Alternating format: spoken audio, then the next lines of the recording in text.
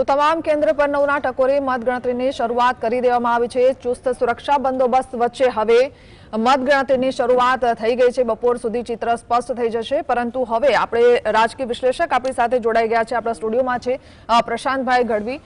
તેમનું તારણ શું છે? ગુજરાતમાં અત્યારે જે રીતે 9,000 કે 10,000 થી વધુ જે सीटों पर मतगणतरीની શરૂઆત થઈ ગઈ છે, ત્યારે ગુજરાતમાં કયા પ્રકારનું ચિત્ર દેખાઈ રહ્યું છે? ત્યારે પ્રશાંતભાઈ, શું લાગી રહ્યું છે આ વખતની જે ચૂંટણી થઈ, ઘણા બધા ડ્રામા પણ થયા અને આજે મતગણતરી છે, એટલે લગભગ 9,700 જેટલી ટોટલ સીટ ઉપરની આ ચૂંટણી છે।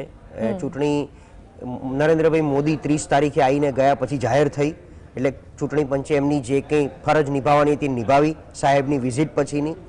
બહુ ઓછા સમયમાં લોકોએ ચૂંટણી પ્રચાર અને ભાજપનો પ્રચાર પાકિસ્તાનથી લઈ અને છેલ્લે આપણે આની ઉપર બી જોઈ લીધું કે ઇમરાન ખેડાવાલાનું સ્ટેટમેન્ટ લઘુમતી ઉપર આવી ગયું ને બુલડોઝર ઉપર આવી ગયું। આ આખા પ્રચારમાં ક્યાંય કોઈ આવીને, હા નો ડાઉટ ભાજપ તો એનું જે કંઈ હિન્દુત્વનું કાર્ડ રમે છે, મોદી સાહેબનું કાર્ડ રમે છે, વિકાસની વાતો કરે છે, અને કોંગ્રેસ પાસે ભાજપને ગાળો દેવા સિવાય કંઈ કામ નથી। આ બેની વચ્ચે ક્યાંય કોઈએ પ્રચારમાં કોઈ એવી વાત નથી મૂકી કે હું તમારા વિસ્તારને, તમારા વોર્ડને આવું કામ કરાવી અથવા આવી વ્યવસ્થા ગોઠવી અને તમને એક ઇઝ ઓફ લાઈફ, જે ઇઝ ઓફ ડુઈંગની વાતો કરતા હોઈએ છીએ, એવી એક ઇઝ ઓફ લાઈફ આપવાની વાત હજી સુધી કોઈએ સારી રીતે કરી નથી। તમામે એડીચોટીનું જોર લગાવ્યું, પણ કોર્પોરેશન, જેમ હમણાં તમારી પહેલાં બી વાત થતી હતી કે ગામડું એક કોંગ્રેસ પ્રેરિત વધારે હતું, SC ST OBC માઇનોરિટી આ વોટ બેંક કોંગ્રેસની ગણાતી હતી, જેની ઉપર કંઈક ધાડ મારવાનો પ્રયત્ન આમ આદમી પાર્ટીએ નાનકડો ST બેલ્ટમાં કર્યો। દલિત સમાજ જે અત્યાર સુધી કોંગ્રેસ સાથે હતો, પણ છેલ્લા એક દાયકાથી કંઈક ને કંઈક નાના મોટા કારણથી કાં વિમુખ થયો, કાં તો મતોનું વિભાજન એટલે પોલરાઇઝેશન કરવાનો પણ પ્રયત્ન થયો।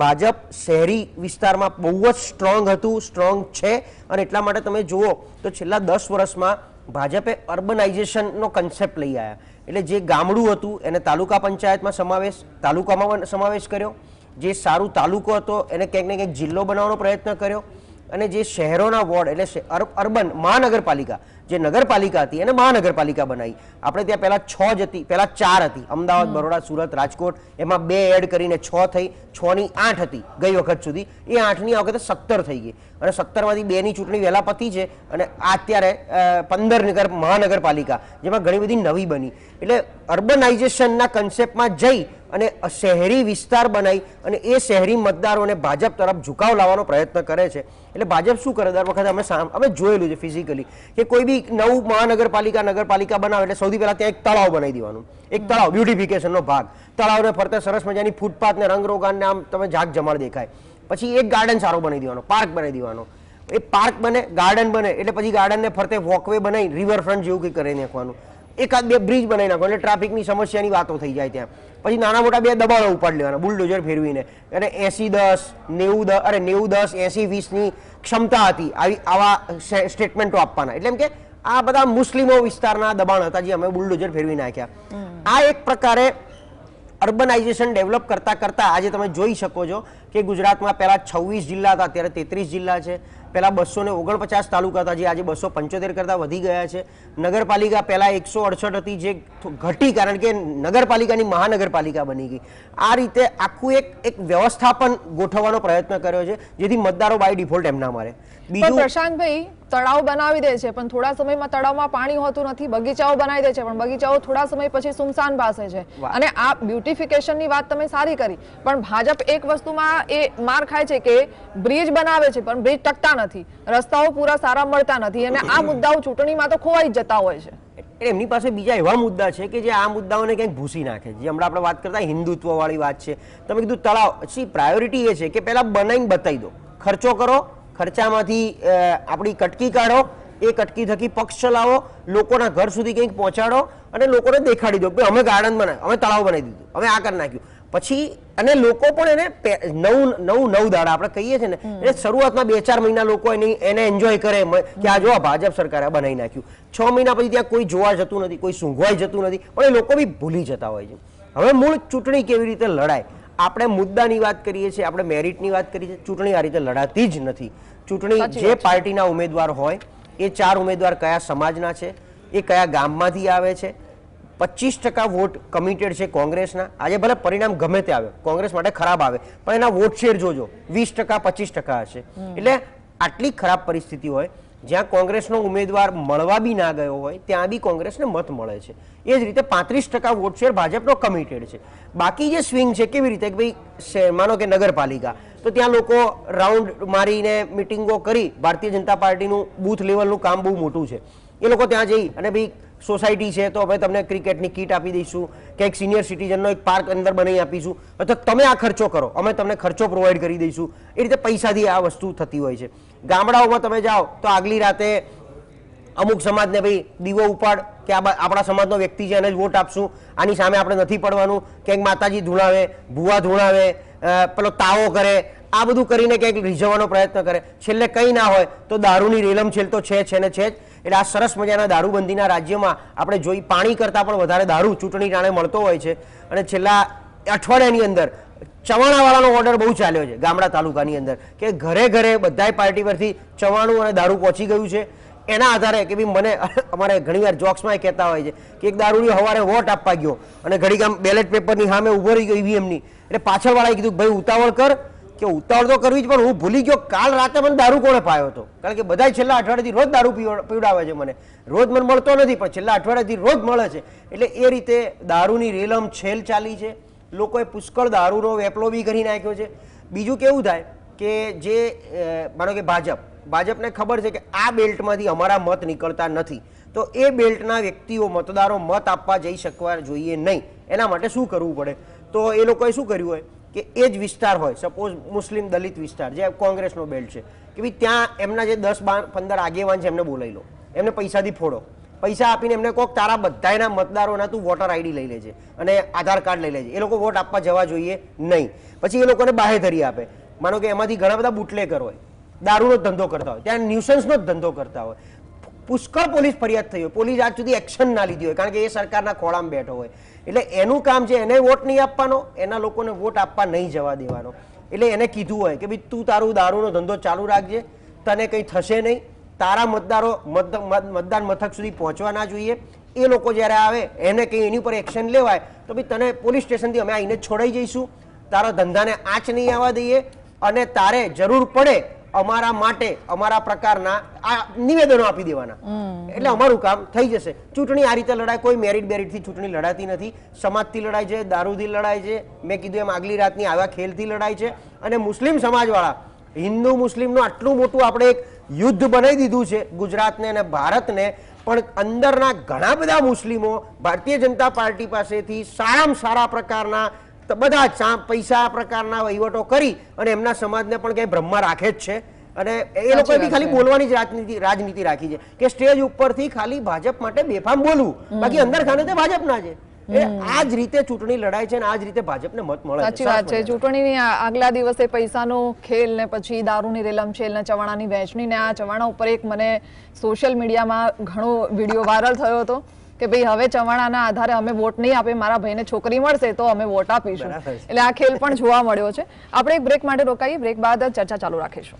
હવે 10 વાગ્યાથી પ્રગતિ આવી.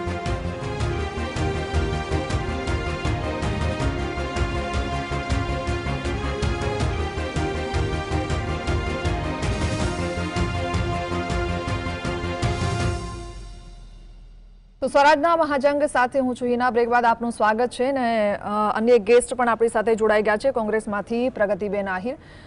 પ્રગતિબેન, જે રીતે મતદાનની વાત કરીએ, ભલે એમ કહેતા હોય કે આ વખતે ઓછું મતદાન થયું છે, પણ 2015 ને 2021ની સરખામણીએ જોઈએ તો કદાચ એના કરતાં વધારે મતદાન આ વખતે થયું છે. કોંગ્રેસ શું આશા અપેક્ષા રાખી રહી છે? ચોક્કસથી હિનાબેન, હું એવું માનું છું કે લોકશાહીમાં મતદાતાઓ હોય એ જ એમનું ભવિષ્ય નક્કી કરતા હોય છે. કોઈ પણ પક્ષ હોય કે વિરોધ પક્ષ તરીકે અમારી ભૂમિકા હોય તો અમે ચોક્કસથી એ ધ્યાન રાખતા હોય છે કે મતદાતાઓને જાગૃત કરી શકીએ. એ પછી પણ જેમ કે આપણે આ ઇલેક્શન જોયું છે, 700થી ઉપર બેઠકોને ભારતીય જનતા પાર્ટી એવું કહી રહી છે કે એમને બિનહરીફ મળી ગઈ છે, પણ કેવી રીતે બિનહરીફ મળી છે? લોકશાહીનું હનન કર્યું છે, તંત્રનો બેફામ દુરુપયોગ કર્યો છે. એ પછી એ મતદાતાઓનો મતદારનો અધિકાર છીનવી અને એ લોકોએ બિનહરીફ કરી છે. અને જનતાએ જોયું પણ છે કે ઘણી બધી જગ્યાએ કોંગ્રેસના ઉમેદવારોને મોટી મોટી લોભ લાલચો આપી, ધમકાવ્યા, અપહરણો કરી લીધા, છતાં પણ એ કોંગ્રેસનો ઉમેદવાર છે એ ફોર્મ પાછું ના ખેંચ્યું, તો હું પહેલી વસ્તુ તો એ જ કહીશ કે એ જ કોંગ્રેસ પાર્ટીની સૌથી મોટી જીત છે કે આજે 30 વર્ષના ભારતીય જનતા પાર્ટીના બેફામ અને હિટલરશાહીના શાસન પછી પણ કોંગ્રેસનો ઉમેદવાર અને કાર્યકર આજે મજબૂતીથી ત્યાં ઊભો છે અને આ લોકોની સામે ટક્કર આપી અને ઇલેક્શન લડ્યા છે.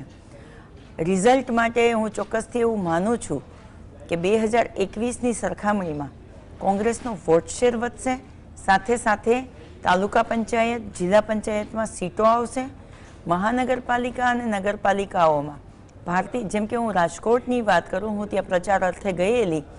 રાજકોટમાં મને એવા મેસેજ મળેલા છે કે ભારતીય જનતા પાર્ટીની એક પણ પૂરી પેનલ નહીં મળે એમને, તો એ જ બતાવી રહ્યા છે કે ભારતીય જનતા પાર્ટીને લોકો ક્યાંક ને ક્યાંક જાકારો આપી રહ્યા છે.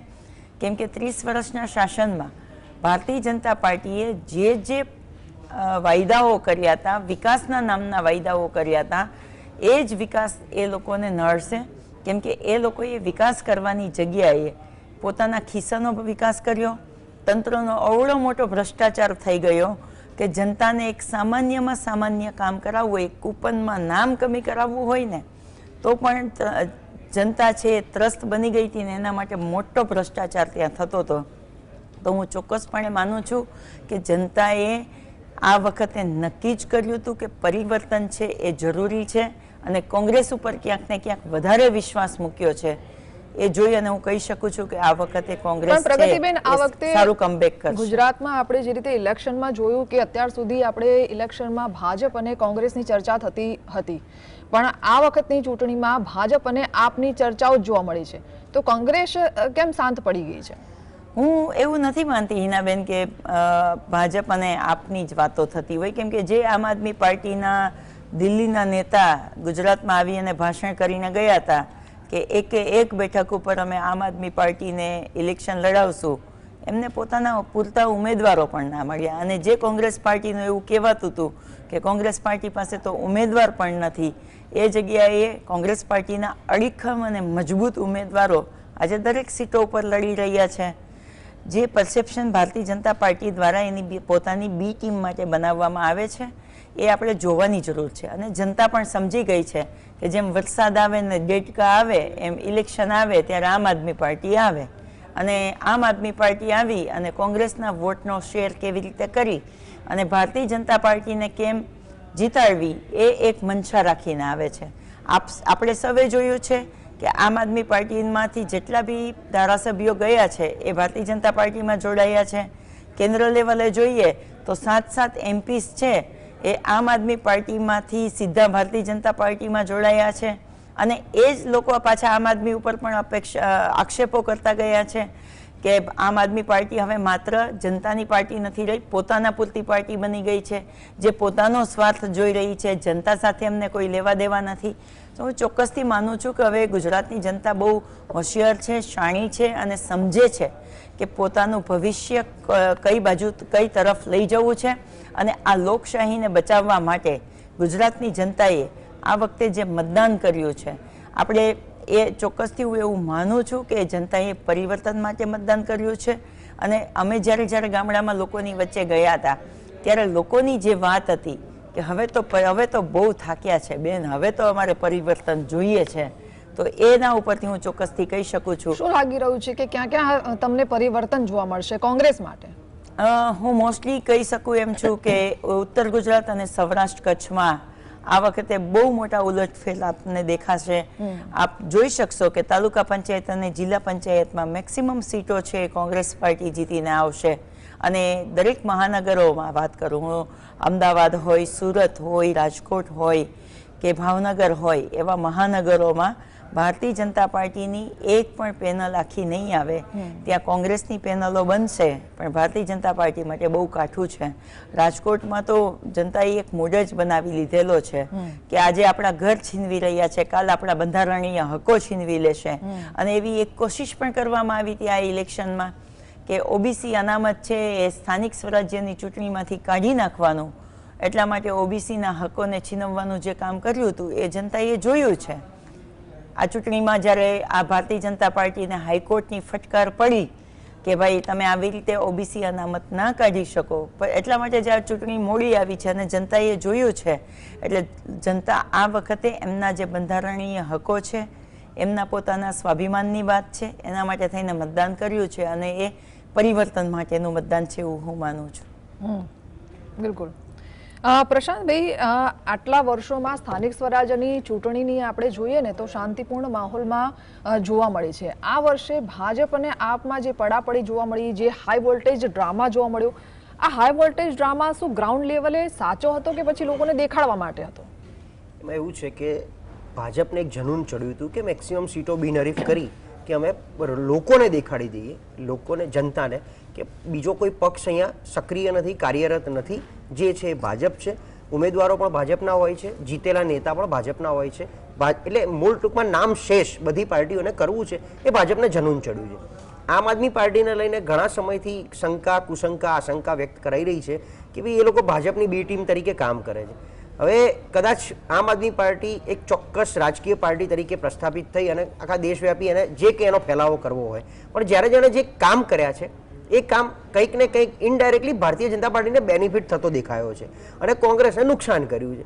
એટલે અને પ્લસ પછી એના નેતાઓ ભાજપમાં જાય છે. જેમ હમણાં રાઘવ ચડ્ડા એક સાથે 7 રાજ્યસભાના સાંસદ, ઇતિહાસમાં પહેલી વાર રાજ્યસભાના મેમ્બરો, કારણ કે રાજ્યસભાનું જે સ્ટ્રક્ચર છે, એની બાંધણી જે છે, એનું બંધારણ જે છે, એમાં ક્યારેય રાજકીય નેતાઓ આ રીતે આવે ને આવન જાવન થાય જ નહીં. એટલે આ તો બહુ મોટું અપમાન એમણે લોકોનું કર્યું છે, રાજ્યસભાનું કર્યું છે. હું કહ્યું જે બી કદાચ એમની મનસા બહુ સારી હશે આગળ જતા, પણ રાજ્યસભામાંથી 7 જણા હવે આમ આદમી પાર્ટીમાંથી હતા. એ જ રીતે ઘણી બધી જગ્યાએ આજે પંજાબમાં પણ 1-2 જગ્યા ઉપર આવ્યું છે કે આ મંત્રી અહીંથી અહીંયા જવાના છે.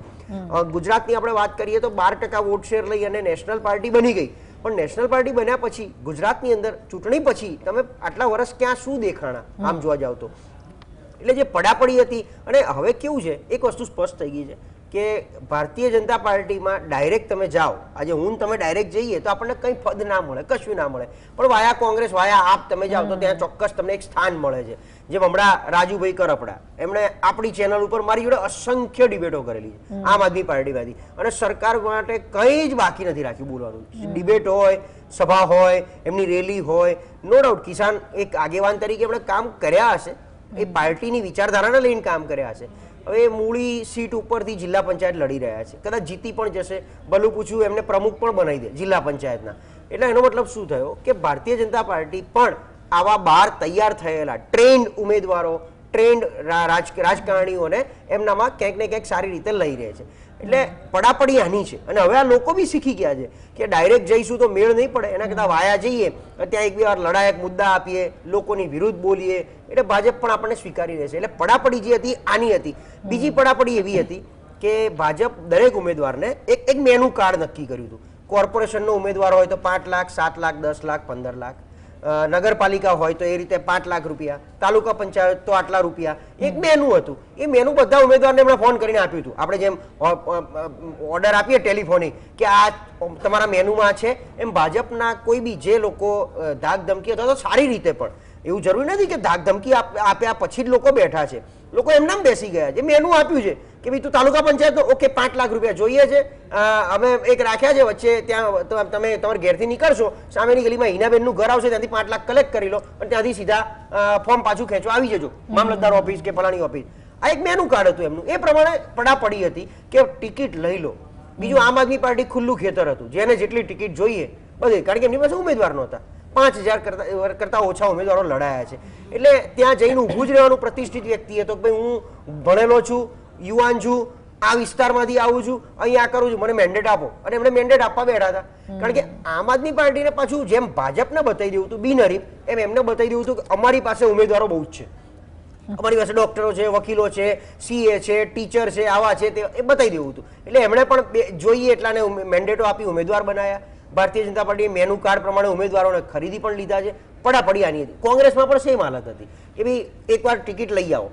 જે ઉમેદવારોએ જે 700 જણાએ ફોર્મ પાછા ખેંચ્યા, એ 700ના 1 એપ્રિલથી 11 એપ્રિલ ટિકિટ લેવા સુધીના વિડીયો, સીસીટીવી ફૂટેજ તમે લઈ લો તો રોજ આંટા માર્યા હોય ઓફિસ, પીસીસી અથવા તાલુકાની કોંગ્રેસ કમિટી ઓફિસમાં, જિલ્લાની કોંગ્રેસની ઓફિસમાં આંટા માર્યા હોય, એમના ગોડફાધરોના ફોન કરાવી દીધા હોય, ટિકિટના મેન્ડેટ લેવડાવી દીધા હોય, પછી મેન્ડેટ લઈ અને આ બાજુ સોદાબાજી. અચ્છા, હમણાંનો જે પ્રશ્ન, બીજી એક આની પહેલાની જે આપણે ચર્ચા કરતા હતા કે સ્થાનિક પ્રશ્નો એટલે સ્થાનિક સ્વરાજની ચૂંટણી છે, તાલુકો હોય, નગરપાલિકા હોય, જિલ્લા પંચાયત હોય, એક જ વિસ્તારમાં, આજે હું ને પ્રગતિબેન એક જ વિસ્તારમાં રહેતા હોય, અમે રોજ સામે મળતા હોય, મારી કોઈ વિચાર, સપોઝ હું અત્યારે ક્યાંય ભાજપનો છું ને એ કોંગ્રેસના છે, એટલે એમને મારી બે આંખની શરમ હોય, મને એમની બે આંખની શરમ હોય, એક્ઝામ્પલ આપું છું. તો ક્યાંક ને ક્યાંક એ પ્રગતિબેનને ટિકિટ મળે એટલે હું જ વાત કરું, અરે ભાઈ છોડ, કશું થવાનું નથી, આમે તમારા નેતા ઉપર ફૂટલા છે અને તમે લડશો, ઉપરથી પ્રજા વિરુદ્ધ જશો, પ્રજાની સામે જઈ અને પેલા બનવા જેવું થાય, મૂર્ખા બનવા જેવું, એના કરતાં ભાઈ શાંત થઈ જાઓ. લડવું જોઈએ, હા લડો, પણ શાંત રહેજો, બીજું કંઈ કરતા નહીં, અને ના લડવું હોય ફોર્મ પાછું કહેજો, આપણે સોદો કરીને. આ રીતે બે આંખની શરમથી, પૈસાના વહીવટથી આખા ગુજરાતમાં સોદાબાજી થઈ છે. ક્યાંય મેરિટથી ચૂંટણી, મતદારોએ જાગૃત થઈને કેવી ના, મારે આ વખતે મારી પ્રાથમિક સુવિધા, ગામમાં છું તો પીવાનું પાણી, મારા ગામની સડકો, ગામની વીજળી, ખેડૂતો માટે ગામમાં કદાચ બિયારણ લાવવા સુધીનો પ્રયત્ન, એ ખેડૂતોને જિલ્લા પંચાયત, તાલુકા પંચાયતમાં અટકતા કામ, આ પૂરું કરવાની ભાવના સાથે મત આપવો છે એવું મેં લગભગ ક્યાંય જોયું નથી. સાચી વાત છે. અને મતદાર પણ હવે સમજી ગયો છે કે 5 વર્ષે આપણે મતદાન કરીએ છીએ, મત આપીએ છીએ, આપણે કિંમતી વોટ આપીએ છીએ, પણ 5 વર્ષમાં કેટલું કામ થાય છે એ પ્રજાને પણ ખબર છે, નેતાઓને પણ ખબર છે કે એ ગ્રાઉન્ડ લેવલ પર કેટલું કામ કરે છે. પણ આ મુદ્દાઓમાં પ્રગતિબેન કોંગ્રેસ પણ કેમ પાછળ રહી છે કે ગ્રાઉન્ડ લેવલે જે મુદ્દાઓ છે એ ઉઠાય જ નથી, પરંતુ ધર્મને લઈને અનેક મુદ્દાઓ છે તેની વાત ચોક્કસથી કરી છે. પછી મજાર પર જવાની હોય, રસ્તા પર નમાજ પઢવાની વાત હોય. હિનાબેન, પહેલી વાત તો હું એ કરીશ કે કદાચ મહાનગરોમાં તો સમજ્યા, પણ જ્યારે તાલુકા પંચાયત અને જિલ્લા પંચાયતનું ઇલેક્શન હોય ને, તો એ પક્ષ કરતાં પણ લોકલ ઉમેદવાર એમનો કોણ છે એ જોઈને લોકો વોટ આપતા હોય છે કે લોકલ ઉમેદવાર એમની સાથે કામ કરશે કે નહીં, વાયદાઓ કર્યા પછી એમની પાસે જઈ શકશું કે નહીં, જશું તો ત્યાંથી વ્યવહાર કેવો હશે, એ જોઈ અને એ લોકો મતદાન કરતા હોય. મઝહબના નામે વોટ લેવા એ કોંગ્રેસનું કામ નથી, એ તો ભારતીય જનતા પાર્ટીનું કામ છે. તમે જે વાત કરી એના માટે કહું છું, કેમ કે કોંગ્રેસ પાર્ટી તો હંમેશા કામોને લઈ અને લોકોની વચ્ચે જતી હોય છે. કોંગ્રેસના આ વખતના તમે કોઈ પણ મેનિફેસ્ટોને જુઓ તો કોઈ પ્રદેશમાંથી કોઈ મેનિફેસ્ટો ઓફિસમાં બેસીને બનાવી લીધો એવું હતું નહીં. અમે આખા ગુજરાતમાંથી 2.5 લાખ જેટલા લોકોના રિવ્યૂઝ લીધા હતા, અને સિટી વાઇઝ અને ગામડા વાઇઝ કે જિલ્લા પંચાયતની સીટો વાઇઝ જે લોકલ પ્રશ્નો છે એ લોકલ લોકોને પૂછી અને અમે અમારો મેનિફેસ્ટો બનાવેલો હતો. એટલે દરેક શહેરનો, દરેક જિલ્લા પંચાયત સીટના અલગ અલગ મેનિફેસ્ટો બન્યા હતા કે એમના લોકોની શું માંગ છે, અને એ કોંગ્રેસ પાર્ટીને જો સત્તા ઉપર આવશે તો તમારા માટે કામ કરવા માટે અમે કટિબદ્ધ છીએ, એ વસ્તુને અમે ત્યાં રાખી હતી. બાકી કોઈ એક જગ્યાએ શૈલેષભાઈ નમાજ પઢવા ગયા એનો મતલબ એવો નથી કે ઇલેક્શન માટે થઈ અને ત્યાં ગયા હતા. શૈલેષભાઈ દાણી લીમડા વિસ્તારમાંથી આવે છે, ત્યાં માઇનોરિટીઝની સંખ્યા વધારે છે. ત્યાંથી અમારા અમદાવાદ મ્યુનિસિપલ કોર્પોરેશનના વિરોધ પક્ષના નેતા શહેજાદભાઈ પણ એ જ એરિયામાંથી આવે છે અને એ ઇલેક્શન લડી રહ્યા હતા. તો સ્વાભાવિક છે કે એવો કોઈ પ્રોગ્રામ હોય તો જતા હોય. જેમ કે જ્યારે રોઝાની બાબત હોય અને જ્યારે બધાને એકબીજાના ઘરે જમવા માટે આમંત્રણ દેતા હોય, ત્યારે હિન્દુઝના પ્રોગ્રામમાં મુસ્લિમો બી આવતા હોય છે અને માઇનોરિટીઝના પ્રોગ્રામમાં હિન્દુઓ જતા હોય ને. એ આપણું કલ્ચર છે, એ આપણું કલ્ચર છે કે દરેક સંસ્કૃતિ, દરેક ધર્મના લોકો સાથે મળીને રહી. અને એ કોંગ્રેસ પાર્ટીની જ વાત એ છે કે બિન સાંપ્રદાયિકતામાં માને છે, જ્યારે ભારતીય જનતા પાર્ટી તો અત્યાર સુધી આપણે જોતા હતા કે ધર્મમાં બાંટતી આવે છે, પણ હમણાં જે છેલ્લા સમયથી જે ચાલુ કર્યું છે ને હિનાબેન, એ સૌથી મોટું દૂષણ છે. હું એવું માનું છું કે જ્ઞાતિઓની અંદરના ઝઘડા કરાવવા, જ્ઞાતિની અંદર બે ફાટા કરી દેવા, આ આવા છે તો આ આવા છે એમ કરીને જે મઝહબની સાથે સાથે જે આ જ્ઞાતિઓની અંદર જે ઝઘડાઓ થઈ રહ્યા છે ને, એ હું એવું માનું છું કે આવનારી પેઢી માટેની સૌથી મોટી ચેલેન્જ છે. અને આવનારી પેઢીને આમાં ઘણું બધું સહન કરવું પડશે. એટલે જનતાએ હવે એ સમજવાની જ વાત છે કે ભાગલા પાડો અને રાજનીતિ કરો એમાં જવું છે કે પછી આજે બિન સાંપ્રદાયિકતાથી મજબૂતીથી આ દેશની નીંવને મજબૂત કરે છે અને આપણી તમામ સંસ્કૃતિઓનું સન્માન કરે છે એવી પાર્ટીનો હાથ પકડવો છે. પ્રગતિબેન, કોંગ્રેસ ઉપર એક એવો પણ આરોપ લાગ્યો છે કે જે રીતે અમુક જગ્યાએ આપણે જોઈએ કે ફોર્મ પાછા ખેંચાયા છે કોંગ્રેસમાંથી, અને એવો આક્ષેપ લાગ્યો છે કે ભાઈ કોંગ્રેસ હાર ભાડી ગઈ છે ને અમુક લોકોને, ઉમેદવારોને બળજબરીથી ફોર્મ ભરાયા હતા અને પાછા ખેંચી લીધા છે. હિનાબેન, આ આરોપો લગાવવા માટે કોંગ્રેસ માટે બહુ સહેલું છે કે વિરોધ પક્ષ કે કોઈ પણ કોંગ્રેસની ઉપર આસાનીથી આરોપ લગાવી દે. મેં એવા ઉમેદવારો પણ જોયા છે હિનાબેન કે જે સામાન્યમાં સામાન્ય પરિસ્થિતિ હોય કે માંડ માંડ પોતાના ઘરનું ગુજરાન ચલાવતા હોય એવા લોકોને 10-10 લાખ 25-25 લાખની ભારતીય જનતા પાર્ટી તરફથી લોભામણી ઓફરો આપવા પછી પણ એ વ્યક્તિએ એવું કીધું હોય કે મારી પાર્ટી મારા માટે સર્વોપરી છે, હું હજી ડબલ મહેનત કરી લઈશ પણ હું મારી પાર્ટીનું ફોર્મ નહીં ખેંચું. આવા સનિષ્ઠ કાર્યકર્તાઓ કોંગ્રેસ પાર્ટી પાસે છે. કોંગ્રેસ પાર્ટીના જે લોકોના ફોર્મ ખેંચાવ્યા છે આપણે સૌએ મીડિયામાં પણ જોયું છે. આપ લોકોએ પણ બહુ નિષ્પક્ષતાથી મીડિયામાં બતાવ્યું છે કે કેવી દાદાગીરીઓ કરી છે, ધમકીઓ આપી છે. ઘણા લોકો તો જે ફોર્મ ખેંચાવવા માટે ભારતીય જનતા પાર્ટીના લોકો ડરાવી ધમકાવીને કે લોભ લાલચ આપીને ત્યાં મામલતદાર ઓફિસે લઈ જાય છે, તો ત્યાં કોંગ્રેસના કાર્યકર્તાઓ અડીખમ રહી અને એ ઉમેદવારનું ફોર્મ નથી ખેંચાવી દેતા. એ કોંગ્રેસ પાર્ટી લોકશાહીનું જે છે એ હનન થતું બચાવે છે અને એ લોકશાહીને મજબૂત રાખવાનું કામ કોંગ્રેસના પાર્ટીના કાર્યકર્તાઓએ કર્યું છે. અને હું ચોક્કસથી કહું છું કે એ જે બનાવો બન્યા છે કે જેમના ફોર્મ ખેંચાવડાવ્યા છે એનાથી જનતામાં પણ રોષ છે કે જે લોકોના મતદાનનો અધિકાર આપણા દેશની અંદર બહુ સરસ બંધારણે બધાને આપ્યું છે કે રાષ્ટ્રપતિનો પણ એક મત હોય, પ્રધાનમંત્રીનો પણ એક મત હોય, તો એવી રીતે દરેક જનતાનો પણ એક જ મત છે. એ છીનવવાનું જે ભારતીય જનતા પાર્ટીએ જે કામ કર્યું છે ને એનાથી જનતામાં પણ બહુ મોટો રોષ ફેલાયેલો છે. અને કોંગ્રેસ, હું કહું છું તમને કે મેં બહુ બધા ગામડાઓનો પ્રવાસ કર્યો છે. આપણે પોરબંદરની જ વાત કરીએ, હું ત્યાં પણ પ્રચારમાં ગયેલી હતી. કુતિયાણા રાણાવાવમાં પોરબંદરમાં, કારણ કે અર્જુનભાઈ ગયા પછી એટલે બધાને એવું હતું કે અર્જુનભાઈ ગયા પછી ત્યાં સફાઈઓ થઈ ગયો છે ને કોંગ્રેસને ઉમેદવાર પણ નહીં મળે. એની જગ્યાએ હિનાબેન આજે દરેક સીટ ઉપર નગરપાલિકામાં અને તાલુકા પંચાયત, જિલ્લા પંચાયતમાં કોંગ્રેસના ઉમેદવારો ચૂંટણી લડી રહ્યા છે. અને ભારતીય જનતા પાર્ટી, જે ભારતીય જનતા પાર્ટી 30 વર્ષથી મજબૂત હોવાનો અને ગ્રાઉન્ડ ઉપર હોવાનો જે દાવો કરી રહી છે, એ ભારતીય જનતા પાર્ટીએ કોંગ્રેસમાંથી ગયેલા 85% લોકોને ટિકિટ આપવી પડે છે. એ જ બતાવે છે કે કોંગ્રેસનો ત્યાં કવડો મોટો દબદબો હશે કે ભારતીય જનતા પાર્ટીના મૂળના લોકોને સાઈડમાં મૂકી અને કોંગ્રેસ પાર્ટીમાંથી આવેલા લોકોને ટિકિટો આપવી પડે છે. અને આ પોરબંદરનું રિઝલ્ટ પણ જોજો બેન, આપણે લોકો સાથે છે આખા દિવસમાં ઘણી વાર ડિબેટોમાં મળતા રહેશું. બિલકુલ. પોરબંદરમાં રાણાવાવ કુતિયાણામાં કોંગ્રેસ પાર્ટીને ઘણા એવા આશીર્વાદ પણ મળશે અને પોરબંદર નગરપાલિકામાં પણ કોંગ્રેસની બેઠકો આવશે. જી બિલકુલ. અત્યારની પરિસ્થિતિની વાત કરી લઈએ, કારણ કે અત્યારે જે રીતે મતદાન ગણતરીની શરૂઆત થઈ ગઈ છે, ભાજપનું ખાતું ખુલતું દેખાઈ રહ્યું છે. અત્યારે બેલેટ પેપરથી મતદાનની પ્રક્રિયાની શરૂઆત થઈ ગઈ છે. ત્યારબાદ ઈવીએમની મત ગણતરીની શરૂઆત થશે. ભાજપ ખાતું ખોલતા હોય તેવું દેખાઈ રહ્યું છે, પરંતુ કોંગ્રેસ અને આપમાં હજુ પણ કોઈ ખાતું ખુલતું દેખાતું નથી. સિદ્ધપુર તાલુકા પંચાયતમાં પણ વિલિયા બેઠક પર ભાજપનો વિજય થતો અહીંયા જોવા મળી રહ્યો છે, પરંતુ બપોર સુધી ચિત્ર સ્પષ્ટ થશે કે ક્યાં કોની જીત થઈ છે ને કોનો પરચમ લહેરાશે. જે રીતે મતદાન થયું છે પ્રશાંતભાઈ, એ રીતે આપણે જોઈએ કે ઘણી જગ્યાએ આજે નવી મતદાર યાદીમાં ગડબડ જોવા મળી છે. કેટલાક લોકો વોટ આપવા પહોંચ્યા અને એ લોકોનો વોટ પહેલાથી જ નખાઈ ગયો હતો. કેટલોકનો જોઈએ તો આપણે મતદાર યાદીમાં એ લોકોનું નામ સુદ્ધા નહોતું. એટલે એસઆઈઆરની પ્રક્રિયા થઈ એટલે પહેલાં આપણે એસઆઈઆર પર ચર્ચા કરીએ તો આપણે એ વખતે પણ કહેતા કે એનો ટાઈમલાઈન પ્રોપર નથી. એના માટે ચોક્કસ સમય આપવો પડે 6 થી 8 મહિના, જેથી બધા લોકો પોતપોતાનો સમાવેશ, કારણ કે એક તો છેલ્લી 2002માં ક્યાં નામ હતું એ લિસ્ટ લાવવાનું, એનો આધાર પુરાવો લેવાનો, જે સરકાર માન્ય આધાર છે એમાંના 2-3 પુરાવા માન્ય જ નથી ગણ્યા એસઆઈઆરમાં. તેમ છતાં બીએલઓની એમની સારી કામગીરી હતી તો લોકોએ ઘરે ઘરે સુધી પહોંચવાનો પ્રયત્ન કર્યો, સોસાયટી સુધી પહોંચવાનો પ્રયત્ન કર્યો અને એક સમય આપ્યો કે ભાઈ આ વસ્તુ અહીંયા આપી જજો. એ પછી આખું જે નવા ડ્રાફ્ટ યાદી જે બહાર આવી એમાં જેના નામ કપાયા એમને ફોર્મ 6, 7, 8 પણ આપણે એ લોકોએ આપીને પ્રયત્ન કર્યો. એટલે છેલ્લા દિવસ સુધી આ સીધી મતદાર યાદી બહાર આવી, તમે સમજો, સીધી ચૂંટણી સ્લીપ બહાર આવી.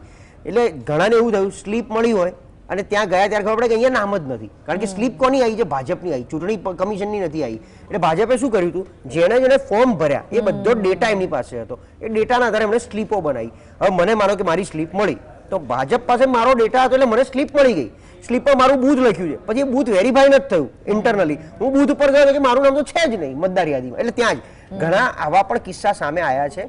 અને એ લોકોને પાછું ઓરિજિનલ જ્યાં બૂથ હોય ત્યાં જવું પડ્યું હોય તો ત્યાંથી નામ કમી થઈ ગયું હોય. બહુ બધા કોમ્પ્લિકેશન્સ ઊભા થયા છે.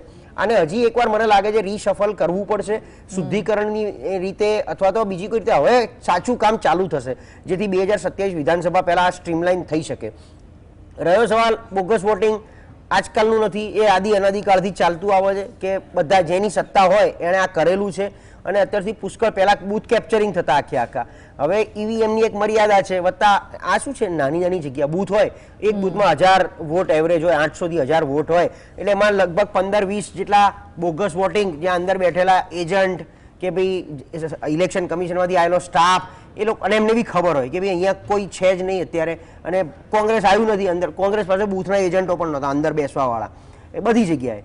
એટલે ભાજપનો જ વ્યક્તિ હોય, આવનારા મતદારો ભાજપના હોય, તો બી અહીંયા કદાચ બંધ આંખે 10-15 જવા દો, કારણ કે ચૂંટણી કમિશન તરફથી આવેલો વ્યક્તિ કાં તો તલાટી છે, કાં શિક્ષક છે, કાં તો એ સરકારી કામગીરી કરે છે અને ફસાયેલો છે ક્યાંક ને ક્યાંક, એને ખબર છે કાં તો મારે આમાંથી છૂટવું છે ને કાં મારે હારી બદલી કરાવી છે. બદલી કરવા માટે મારે સરકાર તંત્રમાં ક્યાંક નેતાઓની જરૂર પડવાની છે.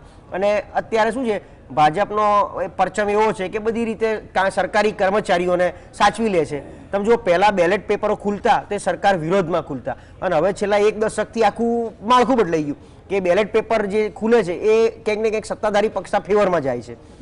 આ આખું ક્યાંક ને ક્યાંક કાં તો વોટ નાખ્યા બી ના હોય જે તે વ્યક્તિએ બેલેટ પેપર ઉપર એવું. એટલે અત્યારે આખી જે ચકેડું ફરી ગયું છે, કંઈ આમ જેને કહે ને કે સિવાય આશા બીજું કંઈ બચ્યું નથી, આશા અમર છે એવી રીતે લોકો, અને આ તો લોકો ખુશ છે કામ જોઈને બી, કામ થઈ રહ્યા છે, કામની સાથે હિન્દુત્વ વાળું ફેક્ટર પણ સચવાઈ રહ્યું છે, એટલે લોકો બી ખુશ હોય છે એ રીતે મતદાન કરે છે. SIR મને લાગે છે હજી એકવાર આપણે તમારા માધ્યમથી લોકોને રિક્વેસ્ટ કરીએ કે 27ની ચૂંટણીમાં આવી કોઈ હાલાકી, આવી કોઈ તકલીફ ના પડે મતદારોને, એની એક પ્રક્રિયા હજી કરવી પડશે. બિલકુલ બિલકુલ. પ્રગતિબેન, જે રીતે તમે પોરબંદરની વાત કરી કે તમે ગ્રાઉન્ડ લેવલે પહોંચ્યા હતા, તાલુકા પંચાયતમાં તમે એ ગામડાઓ સુધી પહોંચ્યા છે, તાલુકાઓ સુધી ગયા છે, ત્યાં તમને લાગે છે કે સારો પ્રતિસાદ મળ્યો છે. અમદાવાદની વાત કરીએ તો અમદાવાદમાં શું લાગી રહ્યું છે કે કઈ બેઠકો કોંગ્રેસ કબજે કરી શકશે? અમદાવાદમાં હું માનું છું ત્યાં સુધી જ્યાંથી માનનીય ધારાસભ્ય શ્રી શૈલેષભાઈ આવી રહ્યા છે, એ દાણી લીમડાની સીટ હોય, પછી અસારવામાં પણ આ વખતે મને ઉલટફેર થવાની ચાન્સીસ લાગી રહ્યા છે. આ બાજુ જોઈએ તો ચાંદખેડા અને એ વિસ્તારમાં પણ હું એવું માનું છું કે ઉલટફેર થશે.